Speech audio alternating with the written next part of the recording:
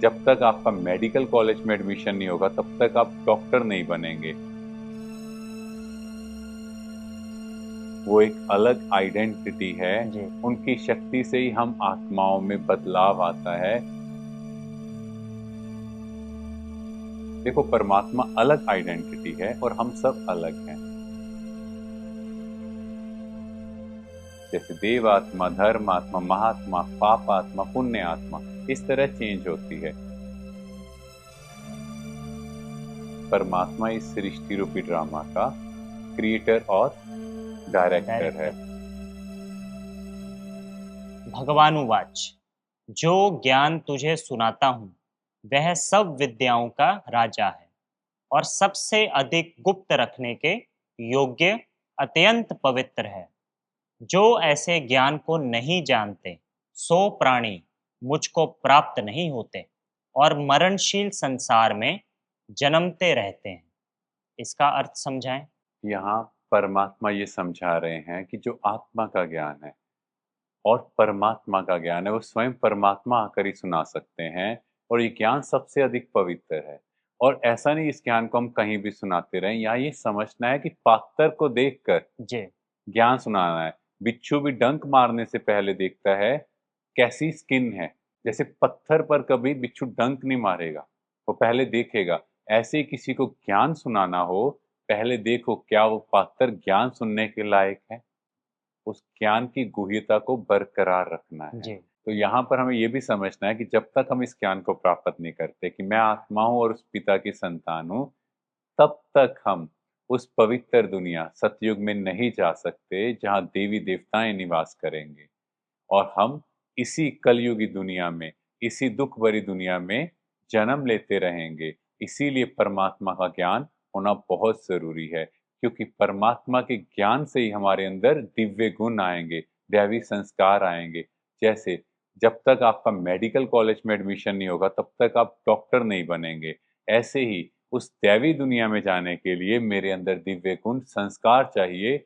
और उसका एडमिशन माना परमात्मा का ज्ञान। उस ज्ञान से ही मेरे अंदर चेंज आएगा, जी। तभी मैं वहां की दुनिया के लिए एलिजिबल हो पाऊंगा। हाँ जी। तो आगे बताया, सब प्राणी मुझ में स्थित हैं और मैं उनमें स्थित नहीं हूँ। इसका अर्थ।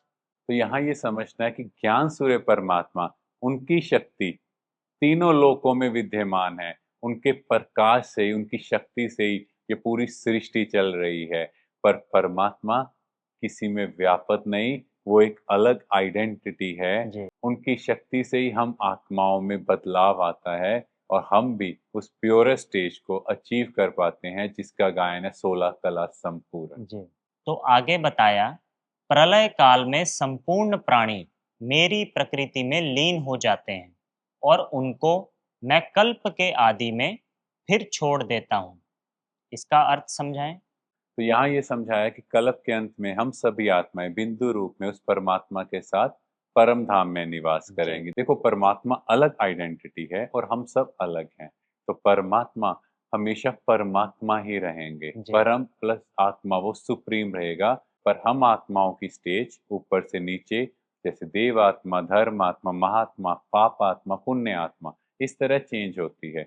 हम कभी परमात्मा नहीं बन सकते। जी। वो एक अलग आइडेंटिटी ही रहेगी। तो यहाँ परमात्मा कह रहे हैं कि सृष्टि के अंत समय में वो हमें परम धाम ले जाएंगे और वहां से जिस जिस आत्मा का रोल आता जाएगा, वो आत्मा इस सृष्टि की बिगनिंग मीन्स सतयुग में आना शुरू करेगी। देखो, धरती की वाइब्रेशंस हाईएस्ट होंगी, तो इस वाइब्रेशंस में वही आत्मा आ सकती है जिनकी खुद की वाइब्रेशंस भी इतनी प्योर होंगी। इसीलिए शुरू की संख्या कम होगी।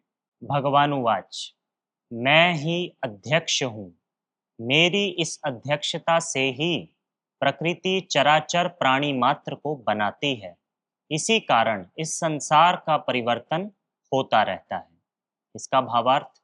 देखो, यहाँ ये समझना है कि परमात्मा इस सृष्टि रूपी ड्रामा का क्रिएटर और डायरेक्टर है। डायरेक्टर।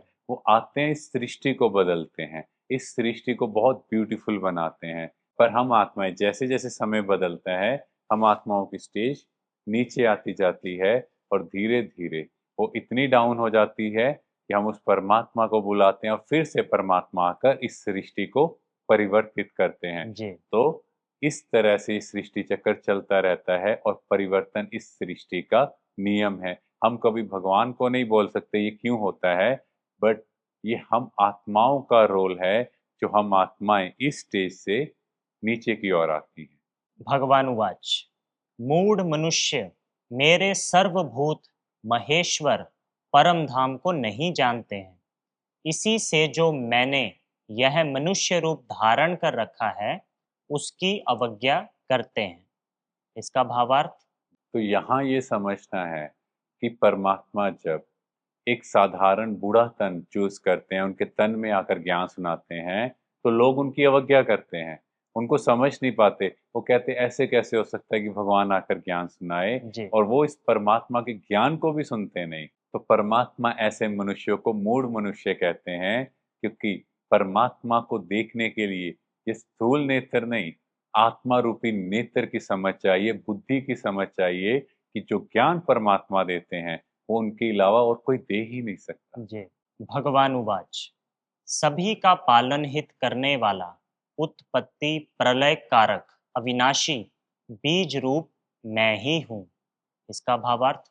कि परमात्मा यहाँ समझाते हैं कि इस पूरे सृष्टि का बीज रूप परमात्मा है। जैसे हम देखते हैं एक बीज है, बीज से ही पूरा प्लांट डेवलप होता है, ट्री डेवलप होता है, और उस बीज को उस पूरे प्लांट का नॉलेज होता है। ऐसे परमात्मा भी इस सृष्टि का बीज रूप है। जैसे ये सृष्टि शुरू होती है और जब यहाँ ट्रांसफॉर्मेशन होती है, तो इतना जो अब विस्तार हम देख रहे हैं कि 800 करोड़ से ऊपर आत्माएं हो चुकी हैं। तो परमात्मा को इस एक एक चीज का पता है, क्योंकि वो इस सृष्टि का बीज रूप है। तो आगे बताया अपने पुण्य क्षीण होने पर मनुष्य लोक में जन्म लेते हैं। हाँ जी। इसका अर्थ।